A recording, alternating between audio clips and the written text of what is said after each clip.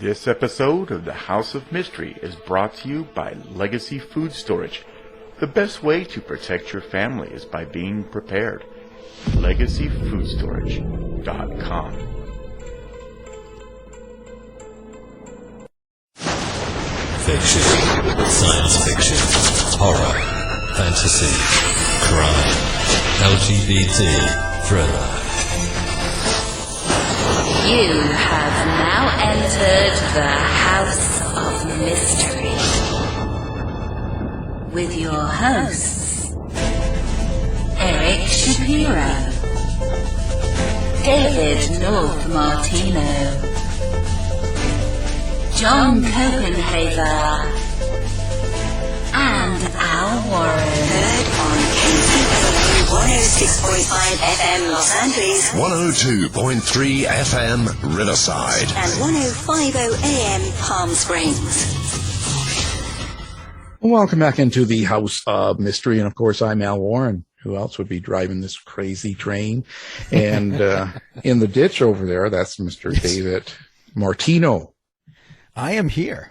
See, I didn't call you Rose. I didn't call you Martini. I didn't call you any serial killer name. Or it confused me. Well, I have to be nice. You know, we got, I got to cut down the, if people want to write emails and bad messages, write it about something silly. Not about being mean to you. Yes, that's You're right. into that. He's into whips and chains, people. He wears a dress in the basement and he gets whipped and he has a kitty cat downstairs and his wife and I don't even want to get into that. That's crazy town. That's a Dr. Phil show. That is. Yeah, right. I'm not into that. Crazy. I mean, I heard you got the fart lady too living at your house now. Yes. Yeah. Well, I thought that would be like a secondary career. Well, but what's she going to do? She farted herself into the hospital. I know. Well, I was going to take over. Yeah, but nobody. There's a lot of money involved in this. Yeah, $50,000 a week, but nobody wants, Dave Martino's farts in a jar while he's wearing a dress. It's not pretty, even when it's not wearing a dress, right? That's true. I don't. Either way. Yeah, I don't think we could. They'll be shutting us down soon. Speaking of that weird stuff. Okay, so now we've got another writer today, but this one, it's a scary writer because this guy's from the dark woods of Tennessee. Okay, put your chastity belts on. Yeah. Speaking of farts in a jar, yeah. Yeah, you gotta be careful. A lot of things happen in the dark woods of Tennessee. Isn't that where Deliverance was filmed? I believe it. Way in my backyard, I think. Yeah. So that's D.W. Gillespie, and we're glad you made it to the show. Thank you very much. Thank you guys for having me. We haven't had you yet. You'd know that. I mean, being in the dark woods. Wow. So you choose to live there in Tennessee? Well, I think when you're kind of born in a certain area that despite all your good sense that sometimes you just decide to stay there. It's just, it's easier just to stay than pack everything. So I actually live pretty close to where I grew up. Oh, I bet. Isn't that kind of like the whole family? It's right. But I was going to say, you got a wife. It says that you're supported by your wife. Well, that's great. I mean, you found a good one. I mean, she works the job and she has the kids and she does everything. And you just sort of, I don't know, what do you eat chocolates and smoke cigars? There's definitely some of that happens for sure. I wish I could say I was one of those writing success stories who gets to just hang out at the house all the day. But I actually am still working the full-time job and writing on the side. So we're both pretty much busy nonstop. Oh, geez, we got the wrong person, Dave. I thought wasn't this supposed to be Dean Koontz? Like, what's going on here? I got the wrong agent here. I don't know. No, I mean, that's all fun. But so I look at this, and when I see writers like this, so you do kind of horror or dark fiction and that sort of thing. Yeah. What makes you go there? I've asked that question a lot, and I've had plenty of people ask me that question too. You always get that conversation where somebody comes up to you and says, "You know what? I got an idea for you. I think you would be really good for it. It's really funny, and it's really, and I'm like, I can't explain it.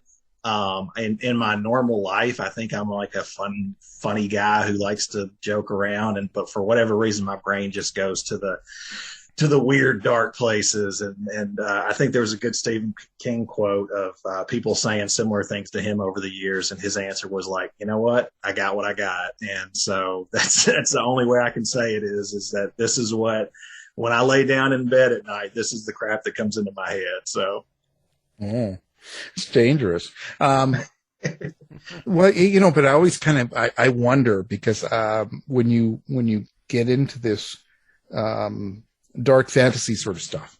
Like I make fun of it all too, right? I mean, I write true crime and murders and stuff, and I kind of make fun of it. I interview people that are in prison that murdered people, and people always say to me, "Well, how can you do that? How can you?" It's like, I don't know. I go in and ask them how big their cock is or something. No, I do ask them. I don't ask that, but I do ask them weird questions because it throws people that I'm interviewing, it throws them into a situation where they're getting something they don't expect. And the reaction is always the best, for getting truth out of people. So that's kind of how I do it in the interviews, as you can tell. Yeah.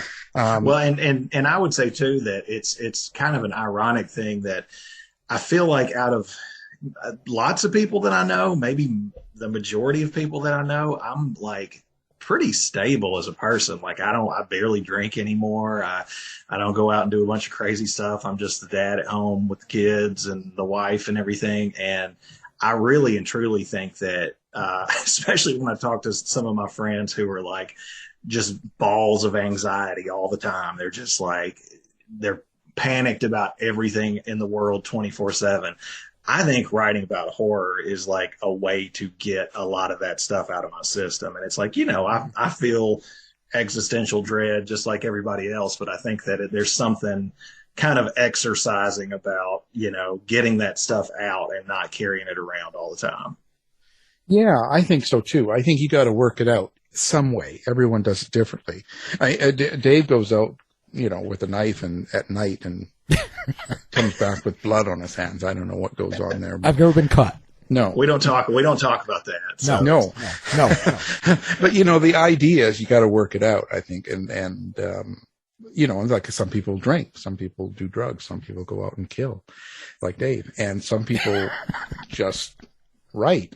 But when you're doing that, do you keep it light? Like, even though you're writing dark, so you're writing about some really dark, crazy thing going on, some horror.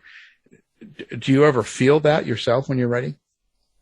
Yeah, I think so. I mean, and especially in the early stages of when I'm working on something, especially like in the idea phase of like, all right, I've got this seed of an idea and I'm trying to work it out and see if it can turn into anything. And I was only half joking when I said when I lay in bed at night, because that really and truly is probably more so than any time for me that like my mind just absolutely goes nuts. And so I lay down with this little seed of an idea and I start thinking of it. And there have been times where I'm like, all right, I got to get back up and like watch TV for a minute or something. Cause it's easy to go too far, into that mindset. But generally speaking, it's not all the time I'm writing. I would drive myself nuts if I did that all the time when I'm writing, but here and there, I do have those moments for sure. Yeah. So basically you're getting aroused at night. I'm glad you picked up on that, because I wanted to spend the rest of the time talking now. Let's get this horror stuff out of the way. Talk about the real reason I'm here. Yeah, exactly. It's all about that, respect the cock. No, I think that, but it's really what makes a person like you tick. And I mean this in a sense of, is this something you've always done your whole life? Have you been writing this dark sort of thing right from the beginning, like 6 years old, and you're writing about, vampires or whatever? Or is this something that came along later? Yeah, actually, I had forgotten about a lot of this. And it was probably, I don't know, a couple of years ago. My mom had found a bunch of just school stuff and was going through and getting rid of stuff, and found from, I don't know, third, fourth grade, about the time when you're actually able to write sentences. And it was all just, Frankenstein broke into the house and I shot him with a shotgun, that type of stuff. And so, I really and truly, I think, cause I see it in my son too. He's 11 years old.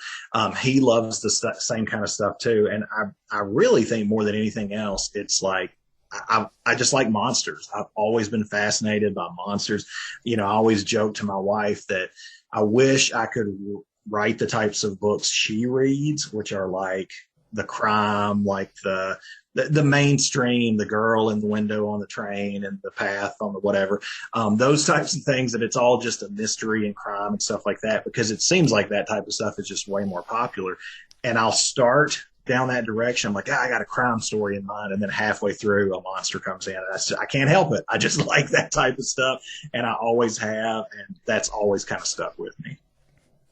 Well, I was wondering, do you consider yourself, kind of like a quiet horror writer? It's kind of termed that when everything kind of happens kind of off the page, so to speak. Or do you think your fiction is a little bit more graphic? I definitely more in the quiet side. I mean, there's, I've got a lot of short stories that have been published, and with short stories, it's so much easier to just take that one weird idea and run with it and go really crazy and do something gory. But like if I'm spending, 6 months with a book, maybe even longer than that, just living with it and working it and tweaking it and all that kind of stuff, that most of it does end up being more quiet horror. It is more that, there's something creepy sneaking into your house. There's something under the bed. I still love monsters and stuff. And it's not to say that I don't get gory here and there, but it's definitely not I'm not like a splatterpunk guy or anything like that. It's funny, something creepy in my house under the bed. They're trying to get away from me. It goes the other way. I wonder, so when I put together a book, a lot of times I'm kind of leading to a point. How's that? I'm kind of leading somewhere with it, and I'm hoping it comes across a certain way. I'm trying to tell a story in a certain way, but I'm dealing with something that really happened to someone or some group of people, and I'm trying to just display something to people. Is that how it works with horror as well? Like, or is it just all about the suspense and tension? I mean, I would say that pretty much every book that I've written, which I've got 4 books published, but I've written 12 or 13. I've got a lot of books that I've completed that just haven't quite got out there yet. But I'd say almost every single one of them, I'm attempting to do something slightly different, but they're all, like you said, leading to some idea, some central point. Some cases it's like I think of a great ending and the entire book is wrapped around the ending. Sometimes it's a certain character and like I can build a story around a character. Sometimes it's just a simple like idea. The Toy Thief, which is one of my books, is literally that entire book's kind of sprung from the idea of a certain type of monster, and the narrative and everything kind of just wrapped around that. It's interesting. How do you put these together? Like, where does it come from for you? So you're laying in bed and you're all excited, and then this idea comes to you, and you gotta get it down, so to speak. And so, but I'm trying to picture how it comes to you.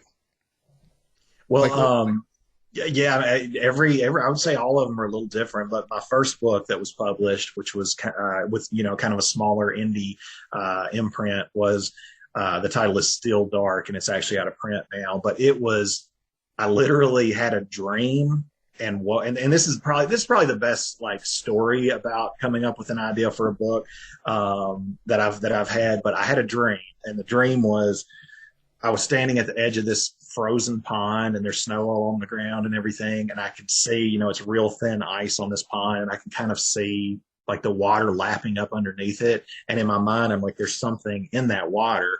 And all of a sudden an alligator comes out of it. So, alligators are nowhere where there's ice, so it's like this weird kind of inscrutable, these things don't fit together kind of thing. And I woke up at like 3:00 in the morning and just like stumbled and almost fell and just like stumbling around the room trying to find something to write down. And I woke up and my wife's like, what the hell is wrong with you? And I wake up the next morning and I find this note that says alligator in pond. And I'm like, and I had to spend like an hour being like, why did I think that was interesting? And the dream finally came back to me and I realized I was like, okay, I remember where I was going for. And there's an entire book that came from that single idea of like, this is a weird, impossible, something that shouldn't be where it is. Why did that happen? Let's figure it out and start peeling it back. And sometimes things like that happen and they don't turn into anything. In this case, it turned into a novel. Wow. That's crazy. But it is. Yeah, but that's okay, I guess. But so your character, so when you take that person, so that person that is getting is it always you that's the center person and you change that into a different character? Do you know what I'm saying? So like when you're standing there and the person's standing there and the alligator comes out, is that kind of, are you really talking about yourself and you just disguise yourself? It's an interesting question because that comes up so often when, for years, I've been writing probably longer than I should for the amount of success that I've had. But for years, I was really kind of careful and I'm an introverted person in general. And so like, I was not one of those people who wrote a book and just started telling everybody about it. So it took me years to get to where I would do it. And part of the reason was at work, for example, I would show people like, hey, I got a book published, and I would show it to them and they would buy it and read it. And that question was always like, that's you, isn't it? That's you. That's always. And I'm like, I'm in every single character that I've ever written, and I'm also not. It's like, yes, there is always going to be parts of me that are in everything, the good guys, the bad guys, the men, the women, whatever. But it's never exactly me. And I'd say that would never happen. Stephen King famously kind of put himself into the Dark Tower books, if you've ever read them. But at this point, it hasn't quite, there's always some sort of a separation between me and the characters. Well, I was wondering, sometimes when I write, it feels like, you're talking about dreams and how impossible things happen in dreams. And to me, sometimes when I'm writing, it ends up being like a daydream, and impossible things will happen, or time shifts will happen in crazy spots. Have you ever had something like that happen, or do you do most of your writing? Is it kind of more of a linear process? At this point, I've done kind of all. I would say I have a schedule, and when I'm writing a new book, I have like a pretty standard set of ways that I'm going to do it. But I would also say that like the targets that I'm aiming for and the way that the story comes together probably does change every single book. And so, there's definitely been times where I'm like, I have this idea for a scene and I'm nowhere near it yet, but this scene is so important, I'm just going to do it now. And then all of a sudden I'm kind of backfilling to get to that scene, or, so things like that have definitely happened before.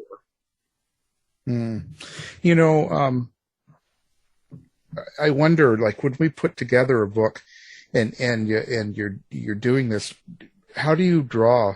Well, where do you get your characters from, first of all, and how do you decide what you're going to do to them, other than the main character? Yeah, for me, the characters were probably, because again, I've been writing for almost. This is actually going to be 2022 is going to be 20 years that I've been writing. My first thing was published 20 years ago, which is just insert a picture of me turning into a skeleton right now, but because I can't believe it's been that long.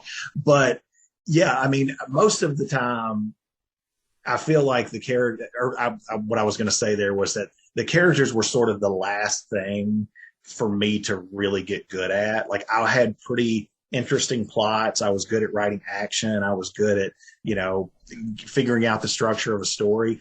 But that was the last piece to really fall in place for me. So it probably took me I've got 4 books that are like never going to be seen by anybody. Like, I know for a fact they won't. And those were sort of just like practice books for me. And that was the last piece, was really figuring out characters. And so, again, every book has been slightly different since then. But to use The Toy Thief as an example, I specifically set out to say, that was the first book I had ever written first person. And I said, I want to explore this main character more than I've ever, gotten into the head of a character before. And I think it turned out well. I mean, the people that have enjoyed that book, they really, that was one of the things that they enjoyed, was the main character. And back to the previous question, you do pull so much from your life. There's probably copyright issues of saying, oh, this person is definitely inspired by this other person that I know for real. But yeah, it's easy to pull examples from all over the place. Well, speaking of characters, do you have an inner monologue in your head? Can you hear your characters? I just want to know if you hear voices. No doubt. Well, and again, I think as my process has gotten better, that is one of the things that I have gotten better about, which is, the first draft for me usually is getting the events right and start kind of getting these, Play-Doh figures of characters in spots. And then to me on the rereads, when I'm really thinking of it through this person's voice and really getting deeper into like, you know what, actually they wouldn't do this here. The characters kind of come to life for me more on the edits. I used to hate editing. I used to think of editing as like, again, this is like me as a 25-year-old who was not very smart about, being a professional writer. But I used to look at edits as like work. Like, the draft is the fun part. That's what being a writer is. And now I've, have definitely come full circle, and I realize that like the drafts, some of my drafts have been absolute nightmares, just mess. So much, the characters don't act the same from chapter to chapter. And in the edit, that's when you start to pull out these, a character does something on one page and you're like, oh, wow, that really unlocked who they are as a person. And then you can start to kind of pull that through the rest of the manuscript. Wow. So you got all these schizo characters. Did you act these out? Well, and my newest book which came out 2020, I believe, was called One by One, and it's about this family moving into this house, and the main character is a young girl. And I had a lot of people say, like, is she supposed to be like schizophrenic? I was like, I didn't write her that way, but she has a lot of inner monologue, and it's sort of that childlike feeling of like, the voices, like, it's not literal voices in your head, but it's your conscience kind of warning you, like, you're about to step into the woods that you're not supposed to, and you hear a voice that's kind of like, you shouldn't do that. So there's a lot of that in that book. Well, that's interesting, because then your character's a woman. Where does that come from?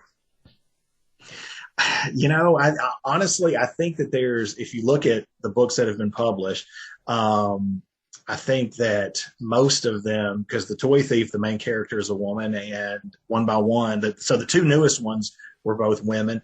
I tend to jump back and forth. It's just the ones that have been published. It's like anytime I write them from a man's point of view, people are like, "Shut up!" You don't. We don't believe that. We're not going to buy that. So, I think it's just by pure chance that it's turned out that way for a lot of my books. So you're really good from writing from a woman's point of view. I would leave that to a woman to say, but as far as it getting published, yes, I would say. Well, you should.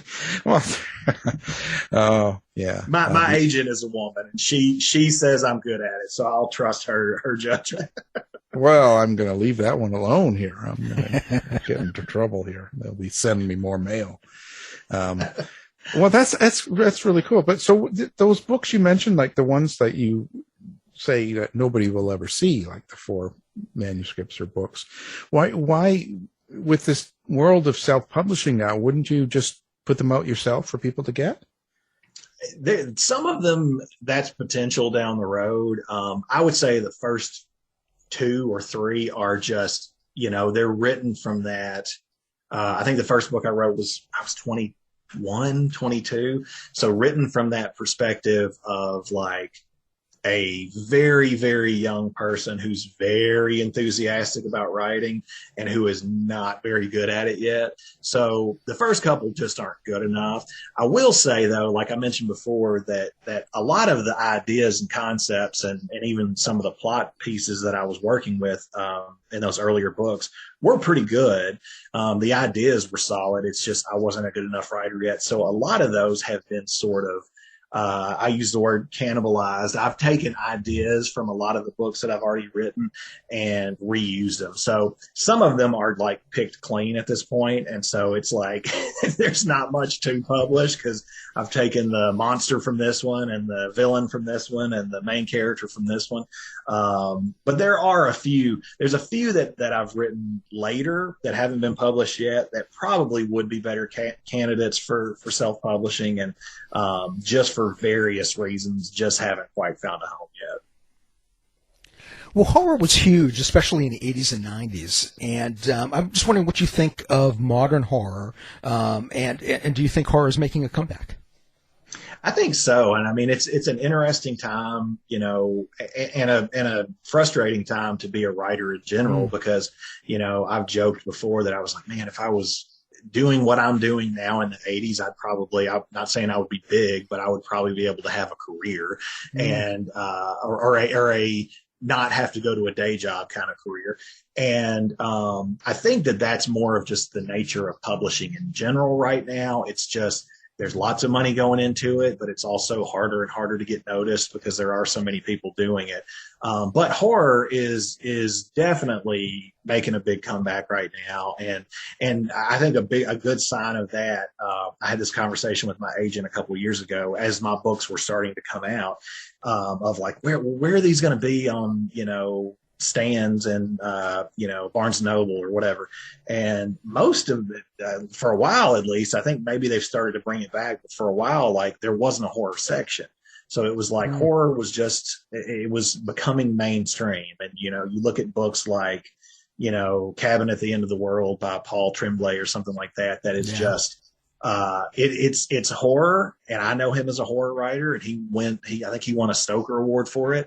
Yeah. You could hand that to somebody that doesn't read horror and they would get the same sort of experience from it. They wouldn't have to necessarily be committing themselves to the dirty world of, genre fiction or whatever. So, jeez.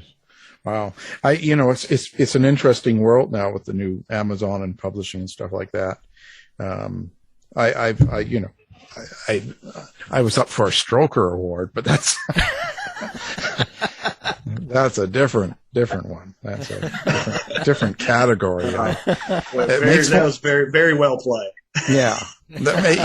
You make more money on the Stoker Award books than you do on the Stoker. I have no doubt. I have no doubt. People still have. Well, do you kind of like older horror, like suspense, kind of like the more the original, like Dracula, Frankenstein, and the things that were done pre-internet, like even before the 80s, kind of the originals, as we would call them? Or do you like the modern day horrors? I'm honestly a fan of most, eras of horror. I mean, there was a good, 2 years where I read this was in college, where I read, Poe and Lovecraft and those types of things. Just like, that's all I read. I just was absolutely obsessed with that kind of an era. So I still love stuff like that, but there's a lot of good modern horror out there now too. Just tons of people that are, it kind of goes back to the earlier question of is this having a resurgence? And I think it is. It's just everything's just so different now. The market is just so different. The world is just so different. You got somebody like Adam Neville or somebody like that who has multiple, movie adaptations on Netflix, and it's like, they're great. And so it's like, there is that middle ground. There's streaming services. There is like, there's ways to make money as a horror writer. And people are really, really, killing it right now. Well, maybe there's still time for you. Oh yeah. Yeah. I'm and right now, I mean, I'm in the middle of sort of I don't know, crossroad, I guess you would say, of I'm reaching out in different directions. Like the horror, I have a new horror novel that's on submission right now, and I have two middle grade horror novels. So I'm still writing the same stuff, but I'm starting to write stuff for kids. And so, it's the thing that I always say about writing, especially, something in a genre like horror where it's not like the literary writing. It's not like, you get this, very few people get that huge, oh, we've signed you and we're giving you a 7-figure deal. That very rarely happens in horror. It's like, it's every book's a lot. You're in the lottery, and you might it might take off, or it might kind of just, stay where it's at, and that's okay too. So it's a lot of fun either way. Yeah. Yeah. It's an interesting business. I mean, it's almost two worlds now with the online and Amazon and that whole world. And then there's still the bookstores, Ingram Sparks and all that. It's almost divided into two categories, Absolutely. So it's tough to kind of master both. It's an interesting way, and there's no necessarily right way or wrong way. It's just you have to be out there. Definitely. You should act out one of your murder books live. Do it.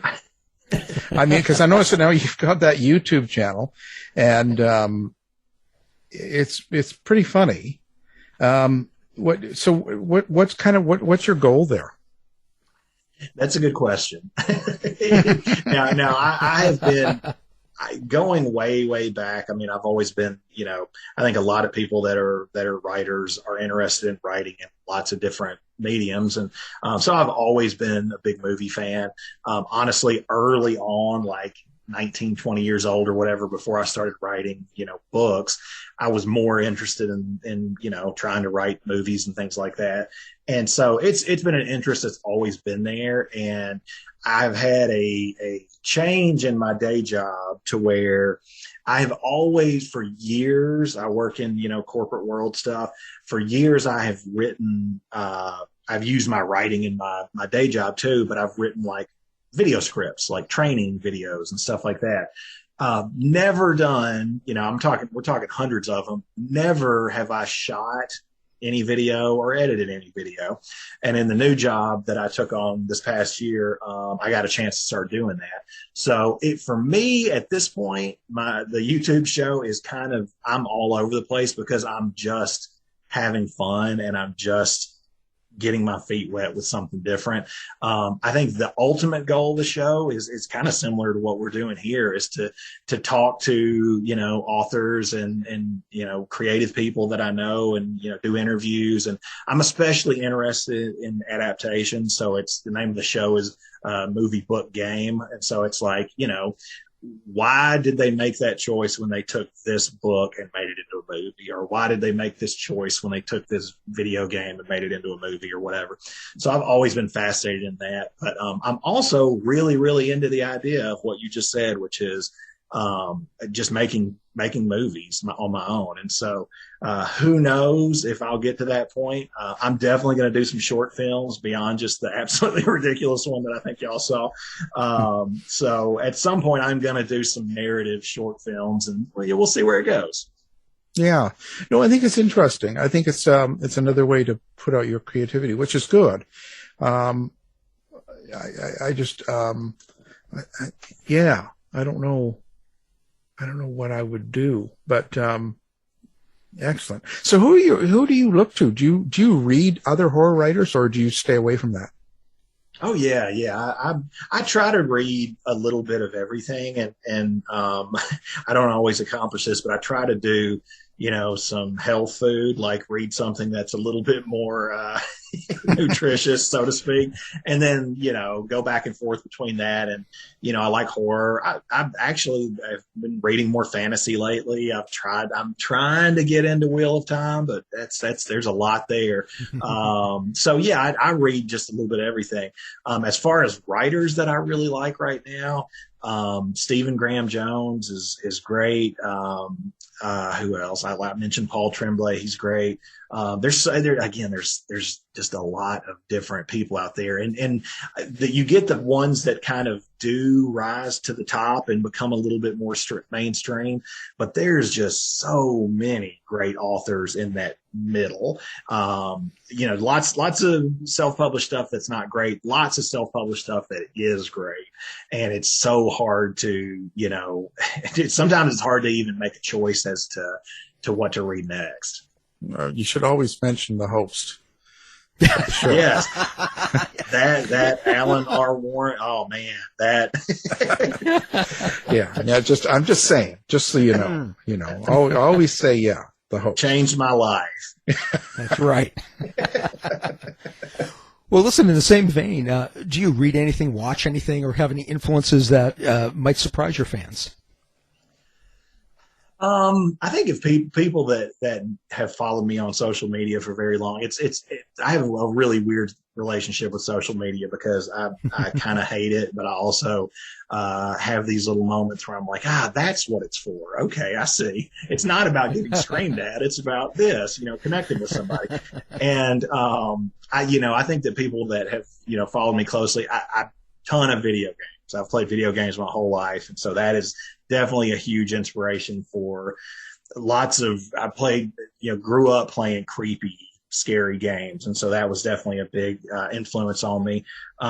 As far as, let me think here, shows and things like that, I'm trying to think of any of them that actually, I'm always watching something. I'm trying to think of things that would have really affected my writing style, and none of them are coming to mind at the moment. And as soon as we get off the phone, I'll be like, damn it. Of course. I should have told you that, but you're into Free Britney and all that, right? Yeah, exactly. Yeah. 100%. Music, I will say music is really important too. I've posed this question to people on Twitter before and I don't know if this is the same for you guys or not, but finding, and I'm surprised that this has become such a vital part of my process, but finding a song that fits the mood of the book that I'm working on is like huge for me. And when I find that song, I will listen to it like a million times. And I don't know if other people's brains work this way, but it's almost like I'm doing a movie trailer in my head of the scenes. And so finding a song is really, really important for me. Yeah, I think so. Well, I think it depends on the type of writer you are. I mean, if the emotion is an influence in your writing, then it would be, right. Yeah. Because some people will, because that kind of leads to, so when you can't just turn it on then, like you can't just go, okay, well, there's nobody home from 11 to 3 today, so I'm just going to write and then sit down and write. Or is that how you are, or do you like to be in the mood? I'm, it's kind of somewhere in the middle. Yes, I can turn it on when it's time to do it. But I am not one of those. I've definitely learned from me, like a lot of people get in that habit of like, I'm going to write 1,000 words a day, every single day, regardless of what I'm working on. I don't do that. For me, it's definitely more along the lines of, I have an idea. It has congealed enough to where I can start to work with it. I'm going to sit down and I'm going to write. Pretty much my pace is about 10,000 words a week when I'm working on a draft. And so it's like Monday through Friday, I'm going to write 2,000 words a day. And it kind of does get robotic. And it used to frustrate me more, but like I mentioned earlier, I've learned I can't, some people can probably go further along the lines of making their first draft really close to what they need it to be. Mine, that first draft is like, get something on the page so you can fix it. And so I don't write every day, but when I do write, it is a pretty fast pace. It's interesting. So do you outline your story, or is it just go as it goes? I've done both, and I used to be really, really serious about outlining and make sure that I had everything kind of figured out from point A to point B. And I've started to back away from that a little bit. And for me, I can't speak for everybody, but for me, that kind of goes hand in hand with my characters getting better. And once you get to where your characters are a little bit more solid, it's like you can kind of let them lead you a little bit. And so, I don't like to go into it completely blind. I'm not one of those people who can just start writing and just, well, hopefully this turns into something. I need to know that there's at least an interesting arc to the story, but how we get there can be very different than maybe what I'm generally thinking it would be. Yeah, it's hard. What's your call on social media? Do you so you like it? You don't like it? Do you like to interact with people then, and same as reviews? Like, do you kind of follow them, or if someone gives you a 1 star and whatever, like, or just how's this all affect you? Honestly, it has been a work in progress as I have, especially these past 2 books that I've had have been the biggest books that I've had released. And so it's been a learning experience there, because my natural state is that I do not like social media at all. And if tomorrow, a magic wand gets, I find a genie or whatever, and my next book is an absolute, New York Times smash or whatever, I'll probably disappear from social media forever. But the things that I have learned have changed my perspective about a lot. I think in terms of like society, it's not a good thing. I think it's bad for kids. I think, so I don't have a high view of it, but something like this is enjoyable to me. Getting to interact with somebody beyond just I posted something and then somebody told me why I was wrong, and then somebody added to why I was wrong. That's not fun to me, So I think it's just I am an introverted person, and there is something with me, and I compare this to my wife, because my wife is like a savage on social media. Like, she'll like cuss people out and stuff. When I feel like people are starting to dogpile me, I'll just delete whatever it was I was talking about and just walk away, because there's just something about that nameless, mob kind of slowly building up thing that it's always kept social media at kind of arm's length for me. Yeah. I'm exactly the same as you. In that way. But I've kind of over the years have learned to eliminate all the nutballs. Yes. I really, because a lot of times I friend people that I've interviewed, social media's opened it up for us in the fact that, and so was the COVID, because we started just interviewing, we were doing people that were pretty set and famous and doing a job as a living. And then when this all hit, and with social media, it's made me, have the ability to reach out to a lot of people that are not as well known and talk to real people out there doing it, but yet they're still working, or they're still living a normal life, so to speak, but they've got some talent to them. They can write or they can direct. And so it's been really good. I think you just have to get rid of all that. Rather than delete what you say, delete the people that are dogpiling, because they're not worth it. I mean, I hate to say that.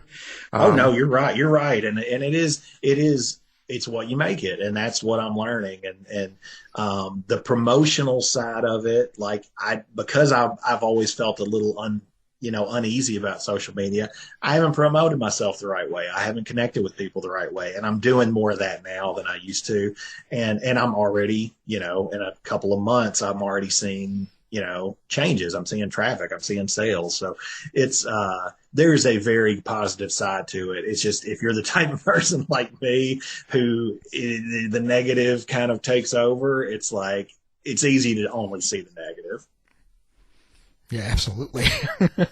Now, you've written short fiction and novels. All things being equal, do you have a preference? Do you consider yourself a natural short story writer or a natural novel writer? I don't know that I would say I'm natural on either of them, but I will say that like I'm not natural as a writer in general. No.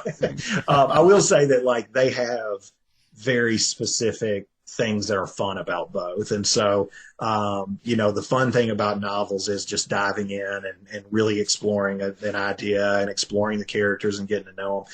The fun thing, and I've been really focused on trying to push novels for probably 2 or 3 years. And so I'd written like very few short stories until maybe October or so. I started writing some more short stories.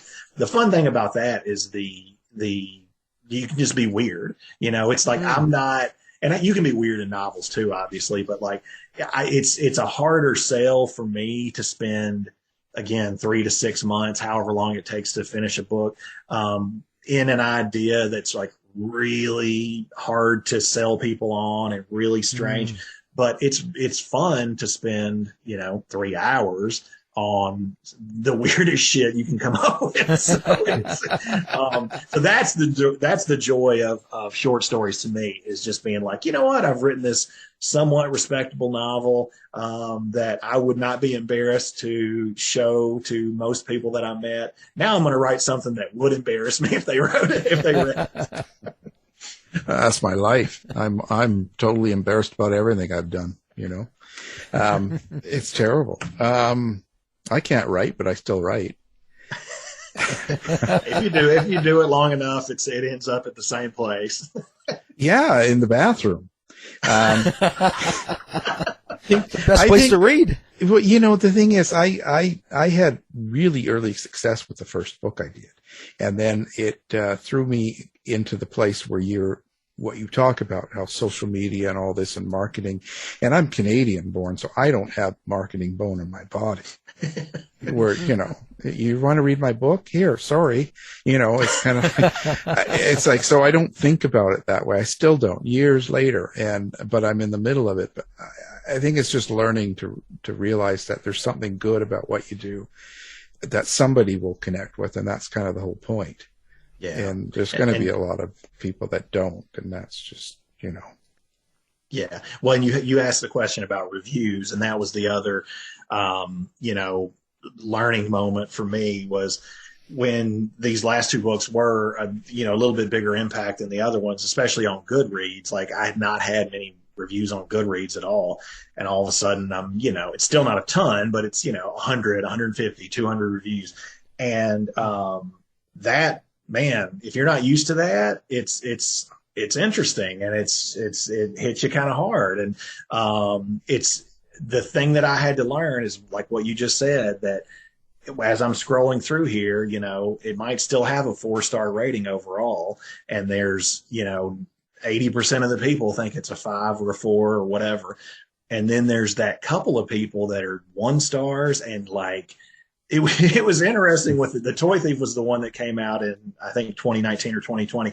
That was the one where something about that character, like, again, the people that loved it. The people that didn't were like, you're a bad person. And that was new for me. And I would read one of those, and it would, one review like that would kind of ruin your day, or my day at least. And so, like everything in life, your skin gets a little thicker and they start bouncing off of you. And it's weird because I was, on the rejection side of things, my skin was bulletproof because I had been, to get an agent, I had gotten, 50 rejections or whatever. And so I thought that I was like, okay, nothing can hurt me. And then those reviews started coming in. And I was like, maybe I can still be hurt. There's still a couple of soft spots in the armor. Well, yeah, I think one thing that's important is sometimes you're writing about something that, when we talked about this before, so like one of the characters or any of the characters, especially the main character, there's a lot of you in that. And you're writing about some personal stuff, kind of your feelings towards something that you're making the character go through. So if someone pinpoints that and says, oh, this is garbage, you don't know what you're talking about, or you're terrible, you're awful, it makes you feel bad because you're sharing something that's kind of personal and you're being told that it's awful. So I think that's kind of a natural reaction. I tell you what really helps the best is to find who that person is, hunt them down and kill them. Yes. And just, yes. Yeah, seek them out and make them suffer as much as you can. Wreck their life. Do everything you can. I feel so much better now. Yeah, see, that really helps. No, I think the real thing that helps is because I'll have someone review and tell me it's a 5-star. Then you have someone say it's a 1-star, and this isn't good enough this wouldn't pass in grade 11 English, type thing. Yes. So, I think the idea is, because even the big ones, even when you get into Stephen King or whoever is just the biggest thing of the day at the time, even they get some 1-stars and some terrible reviews and people saying awful things about them. So it's people. I think it generally comes from when they're reading it, where they're at that time. So it's really, you can't take any of it too personal, it's just the way it is, you have a lot of creativity and you're a very creative person. We can tell that just talking with you. So you just want to share it. And there's going to be people that don't like that type of creativity or don't like what you do. And just like as a person, right? Absolutely. So, like I said, kill them. They're all jealous anyway. They're all jealous. The example that I always think of when I was again getting used to that sort of thing, and I saw this not too long ago, and it brought it back to mind, was that somebody was asking online about what was it? Elf, the movie Elf. This is at Christmas, and I don't know, y'all. I don't know if you've seen that movie before or not, but I think it's safe to say, even if you don't like Will Ferrell, I think it's safe to say that he's a pretty funny guy. He got successful for a reason. And what you notice is whenever somebody gets some traction or starts getting, some popular, it becomes so easy the more popular they become to just say that, oh, well, they've never been good. And so the question was, have you ever seen the movie Elf? And it was 40 people saying, I've never watched it and I never will. And I hate Will Ferrell. And I'm just it's just that realization that kind of comes back to this conversation of there's some people that are just not happy about anything. And so you can't let that 5% or 1% or whatever, hit you too bad. Yeah. And there's one thing I heard you hear people, and I think that's, I remember Madonna saying that once, that the more hate she got, the better she got, because she was able to take that and turn it into something, which I think is an amazing way to think of things, because people build you up, and you're the best thing and the biggest thing, and then once you make it, then they want to bring you down. Yes, and I think that's a natural thing. Yes, and one of the worst things, going back into the history books here, one of the best/worst things that ever happened to me was so in college I took a creative writing class, wrote my first short story, and my teacher was like, "You've been doing this for a while, right?" And I was like, "No, this is the first one." She's like, "Well, you're talented. You've got a lot of skill at it." And I submitted a story to the college newsletter, literary magazine, that's what it was. And I won a contest in this thing, and it got published, and I got my first check for $200 or whatever it was. And so at that point, I went from that, the second or third short story I've ever written, getting me $200, to writing my first book, a semester later or whatever. And again, it was good because it was a learning experience, but it totally skewed my idea of what making money in the writing business actually was. Because in my mind, I was like, well, I'm good. I don't know anybody that's written a book before. Now I've written a book. Surely people will be lined up out the door to purchase it, and so it really, really messed up my sense of what it took to get things published and to get an agent and all that stuff. So. Yeah, you just have to sleep with a lot of people. I slept my way to the top. No, I don't know. I don't know if there's any answer, but I think that to tell you the truth, I think the more you can avoid any noise around you, the better you'll be. Yeah. I do. Yeah. I mean, whether it's good noise, bad noise, whether it's whatever they're saying to you, just if you feel in your heart kind of so much that when you're doing something, you feel good about it, then that's good. That's all that matters. Who's going to connect with you will. It's not always going to be a lot. And, sometimes it will be. And it's kind of one of those things. You could write stuff and then all of a sudden you make a hit. And then everybody wants to look back at your catalog and they start looking at all your books. So it's just one of those things. You just got to keep focused on what you're doing. Marketing is hard too.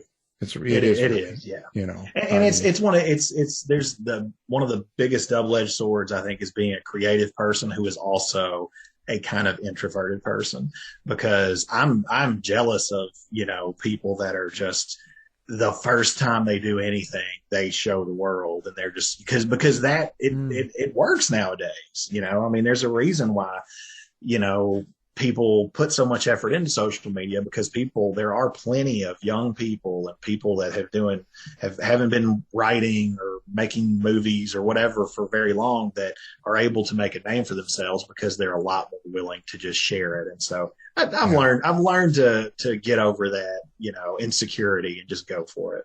Yeah. You could always get some Botox and some hair implants and get made up, get some breast implants and get out there and start doing it, And that's the other good thing, is that I'm 41 at this point. And so I feel, my books didn't start really get published until I was, maybe mid-30s. So I'm like, I don't even have to impress anybody. I was like, nobody expects anything from me visually, so it's just like, I can just be a complete piece of shit and nobody will care. Just roll up a couple of pair of socks, stick it in your pants. That's all they're looking at. They're not looking at anything else, right? I mean, that's the secret to success. It is. But, come on. I mean, I'm terrible. I'm a terrible human being, Now, listen, you have a website, right? So what's your website? It's dwgillespie.com. And we'll have that up on our website too. We want people to find you, and please let's give you all the reviews we can. So everybody that's listening, just get on there and write something really, really good or really, really bad. Just do it. Yeah. No. Hey, bad attention, still attention. So yeah, right. It doesn't matter what it is. It's another view. It moves you up on the target list, right? Come on, get like Facebook. Get like Facebook. Do it all. So did COVID bother your writing style, or does it affect you? So when all that stress is going on, people are all locked down, and you're going to your anti-mask rally and stuff. Do you have problems? Hey, I'm from Tennessee, man. It ain't. Oh, I guess that's the day. That's every day. Oh, we're at the epicenter. No, yeah, it's walking into a small country store with a mask on, and they all look at you. Yeah, is an interesting feeling for sure. I would say that the first couple of months for sure of 2020 hit the brakes on everything. I mean, the people I worked with, we used to joke about the fact that we would have, which I can say this because I don't work at this company anymore, but we had these, everybody's at home all at the same time. How are we going to stay connected? Well, we need to have daily meetings. We need to have Zoom meetings every single day so everybody can whatever. And that just became like this, again, existential moment for me where I would put I would not have the camera on my computer, but I would just sit there and stare at the wall as people talk about business, and I'm wondering if the world's ending and all this kind of stuff. So yeah, it definitely threw a wrench in my writing for a while. But just the other day, I went back to I think at this point I've made peace with the fact that it's probably a novella. It's not going to be I don't think it'll get bigger than 40,000 words probably, but I wrote a draft of a book in the middle of it, and it's the darkest shit I've ever written. It is so messed up, and I'm like, I feel bad editing it right now. And so I'm like, I kind of keep going back and forth because on the one hand, it's a nice encapsulation of like the emotions that I was going through at the time. But on the other hand, I'm like, I don't know if I would want to read this because it's just so bleak and upsetting. So we'll see what happens with that. I think it's okay. I think it works as long as it's not like a pandemic thing. Like when we were talking about movies, Dave and I, a couple shows ago, and we were talking about which a lot of it's like I see so many movies listed on Netflix now that it's like, you know, the world's ended and they have to go to another planet or they have to go to another part. There's a big virus going around and I'm just sort of not really into watching that right now. You know? Yeah, for sure. And in the middle of working on new drafts of stuff, like I keep having that moment of okay, should I write the characters wearing masks? Should I write them commenting on it? And my plan so far and the way that I've handled it so far is just no. COVID does not happen in my stories because Jesus Christ, I want to fucking break from it. So. Yeah, and I think you got to write like COVID or things like this, like you do maybe sex. It's just that it'll only be there if it's appropriate for what you're talking about. Yeah, if it's relevant to the point. Like if this is a story about COVID, I wrote a short story, and actually this is on my YouTube if people hear this and are interested.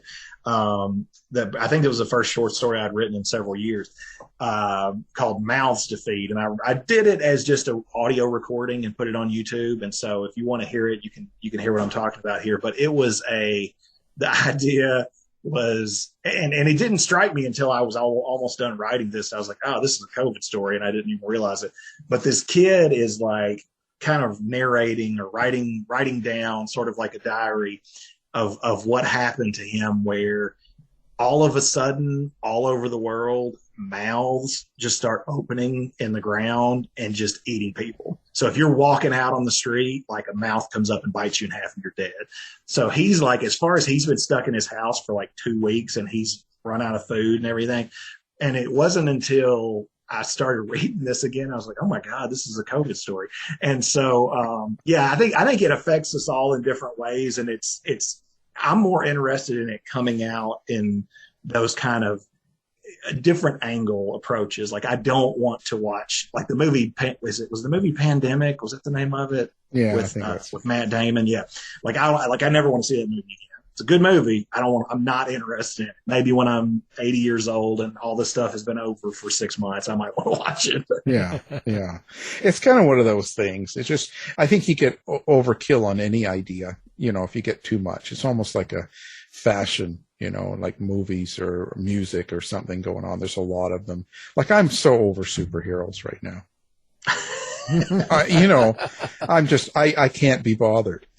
I know Dave's there with his popcorn and he's watching every one of them. I just can't. I'm so over it now that I could care less now. It's getting harder for sure. I do. Yeah. I like a lot of them, but they're having to do more to impress me at this point.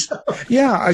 I find what I mean too is I'm not going to go to, well, I'm not going to a theater anyway, but, I'm just not bothering. And when they come on the pay channels, when it's free, I'll watch them. And I'm still doing stuff on the internet. I'm still surfing porn or whatever it is. And until someone gets killed, I'm not going to look up. It's not really, I'm just sort of, it's overkill to me. Yeah.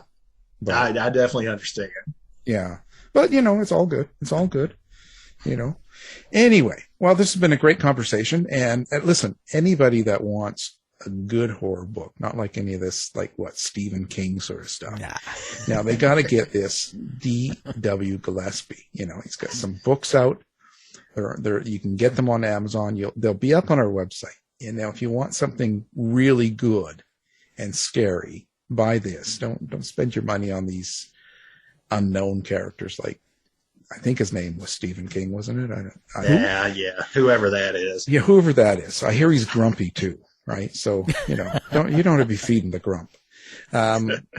Anyway, so this is what we're suggesting right now. So all the people that love me, actually no, all the people that love Dave because they like him better than they do me. Get on and buy this book. Do something good. Do something good for the world. Okay? I would, my children would appreciate it and it would, put Is that tattered the clothes on their backs. And, Yeah, well, is that the feral children or the regular ones? I mean, you say you've listed them as feral, so just all I have are feral children. they're just all over the streets, like with the cats and all this, right? Yes, It's kind of good. It's kind of good. How do you know when you're yours then? well, there's ways to tell. It's Like they walk with a limp or something, right? yeah, exactly. See, you can use this. This is a great storyline for your next book. Just so you know. I mean, by all means, I come up with great ideas for people. That's why I'm not famous. Anyway, well, again, thank you very much. Our guest has been D.W. Gillespie, and we'll talk again. Thank you guys for having me. It's great. Thanks, DW.